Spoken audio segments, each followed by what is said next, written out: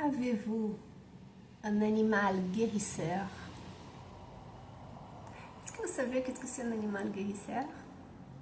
Peut-être vous ne vous rendez pas compte, mais un animal guérisseur, c'est un animal qui est là à côté de vous dans les moments que vous arrivez peut-être à la maison et vous ne vous sentez pas bien, vous êtes stressé, fatigué, vous sentez que vous êtes vidé d'énergie.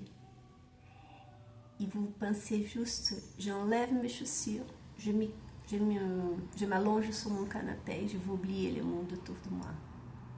Et tout d'un coup, c'est là que l'animal guérisseur arrive. C'est votre animal, votre chien, votre chat qui s'approche de vous.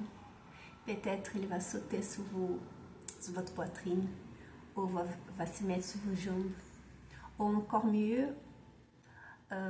il va discrètement se coucher à côté de vous, sur votre canapé, sur vos pieds par exemple. Il est en train de travailler votre énergie. Il est en train de transmuter cette énergie lourde que vous apportez à la maison. Il est en train de vous nettoyer, on pourrait dire comme ça. Avez-vous déjà des moments où vous êtes très malade, vous ne vous sentez pas du tout bien? Vous avez mal à la tête, peut-être mal à l'estomac.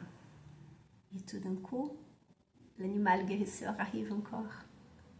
Votre animal qui vient se coucher exactement sous les points de votre corps que vous avez mal. Il va rester là. Des fois, vous dites non, laisse-moi tranquille, ça me fait mal. D'autres fois, vous êtes tellement malade que vous n'avez même pas la force. Et là, vous laissez votre animal guérisseur contre vous. Voilà l'animal guérisseur. Mais l'animal guérisseur, il a des limites. Ici, dans le cas de votre souci, votre stress, votre souci de santé, s'il absorbe trop ces énergies, des fois il n'arrive pas à transmuter. Si vous ne sortez pas assez votre chien, par exemple, pour qu'il puisse transmuter cette énergie, ou si votre chat n'a pas la possibilité, avec des cristaux, avec même une petite herbe qu'il mange, de se nettoyer énergétiquement, l'animal peut tomber malade. Alors, qu'est-ce qu'on pourrait faire dans ces cas-là?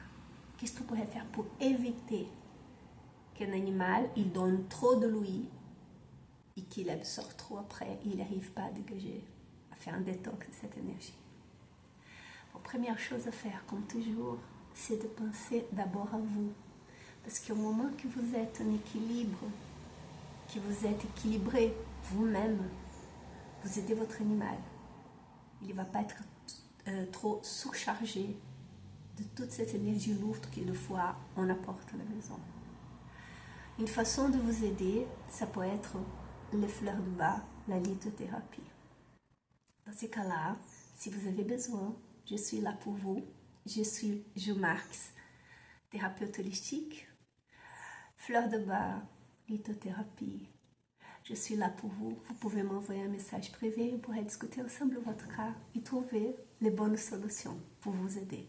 En sachant toujours que les thérapies holistiques ne remplacent pas ni une consultation chez un médecin ou un vétérinaire. Ils ne remplacent pas non plus la médication prescrite par votre médecin ou votre vétérinaire. Les thérapies holistiques sont toujours complémentaires au traitement prescrit par les médecins, par les vétérinaires. Je vous remercie d'avoir regardé ma vidéo. Si vous avez des questions, n'hésitez pas à m'écrire. À très bientôt. Merci.